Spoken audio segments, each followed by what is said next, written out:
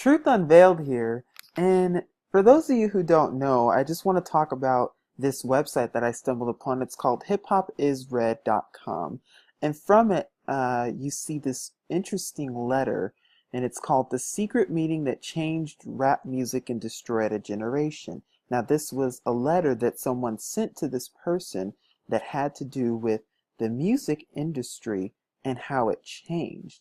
Now, as we see with the music industry today, there's a lot that it has really come into. But what I really want to talk about with this is that, why the music industry is the way that it is and how it influences people of today, specifically Hebrew Israelites, aka the so-called black folk.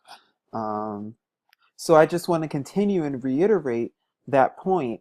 So with this letter, a man talks about what he witnessed in 1991 in the music industry in and of itself. Now, I'm not going to go through this letter in detail. I will leave a link so you can see it on your own. But briefly speaking, he was invited to one of this meeting that took place back in 1991.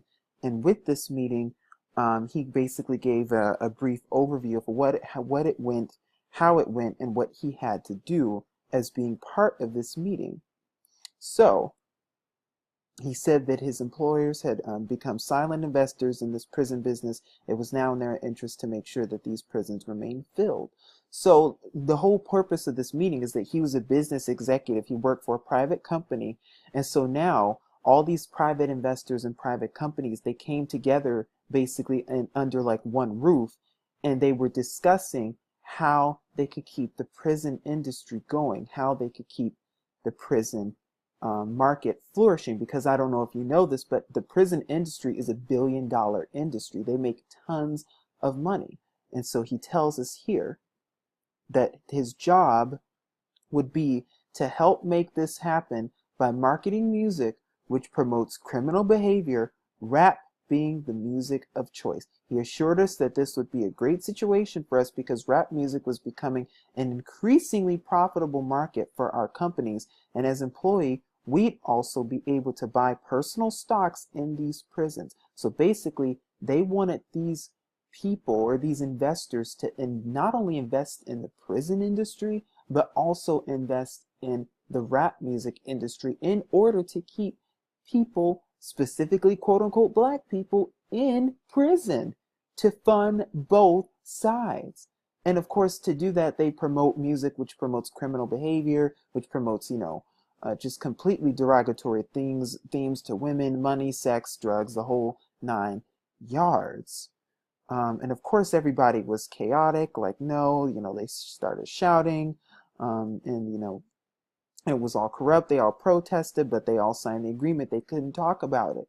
Now, before I go on even more, I just really want to say that if you're into rap music, power to you. That's, of course, a choice of your own. But, I think we need to start looking at the agenda here and seeing what are they really pushing through rap music? Because if you look at the videos, you just see, how just really degrading it could be towards women. But not only that, how women are over sexualized, how men, are, smoking and drinking and drugs and money and gangs and sex, and they propagandize this and make it seem as if it's okay, that it's okay for young kids to do this, that it's okay for young boys, young black boys, to be involved in this type of behavior.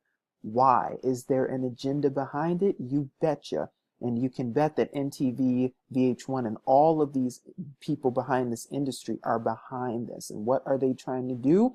They're trying to keep the prison industry going. And in order to do that, they have to put you in jail for some reason. So it's a form of mind control, essentially. If they can control the mind long enough in order to get you enslaved, in order to get you believing that this is okay, believing that the type of behavior that Lil Wayne and all of them do and that the NWA do, if they can get you long enough to believe that, you will become a part of that. You'll say, oh, it's okay, they're doing it on TV. Look at them, the VH1 video. It's okay.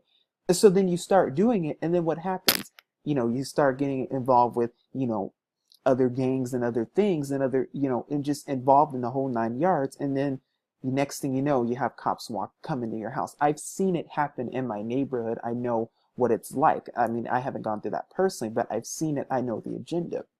By the way, the CIA, they also have a hand in this too. Your government has a hand in this too, because your government goes around in neighborhoods and urbanized and subsidized homes.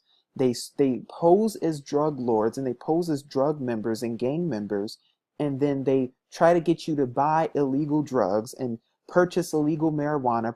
They basically the government participates in illegal drug trafficking to get you to participate in it so that they can call the FBI, call the cops on you to put you in prison and make money off of you both ways, because now you have their album, now you have their drugs, and now they're going to put you in prison because of it.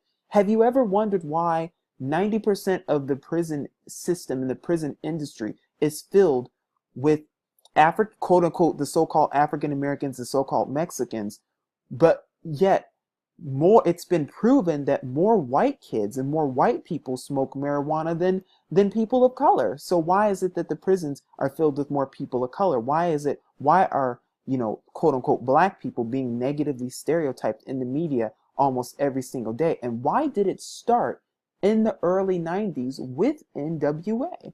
Is there an agenda going on here? You bet you there is. And your government is involved with it. The CIA is involved with drug trafficking and sex trafficking and other nasty, horrendous acts. They're all involved with it. And they have to be, because they have to get the prison industry going. They have to keep it funded.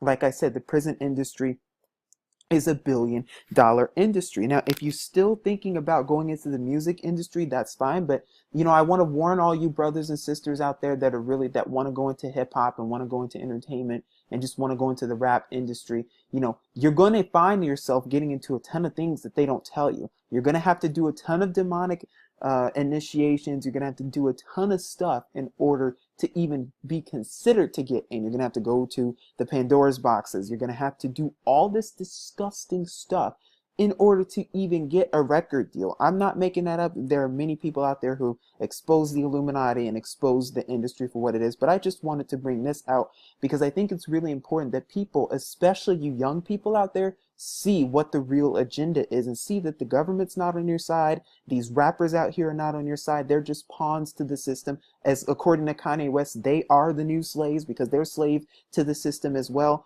And it's all a pawn in a Ponzi scheme for the Jewish elite, because the gangs originate from these powerhouse Jews and these power money hungry Jews who want to keep you in prison and keep you enslaved. It's about mind control, Project Monarch, MK Ultra. Look this stuff up. I'm not making it up. Anyway, I just wanted to share this with y'all. I'll leave a link below. Comment below. Let me know what you think. And shalom.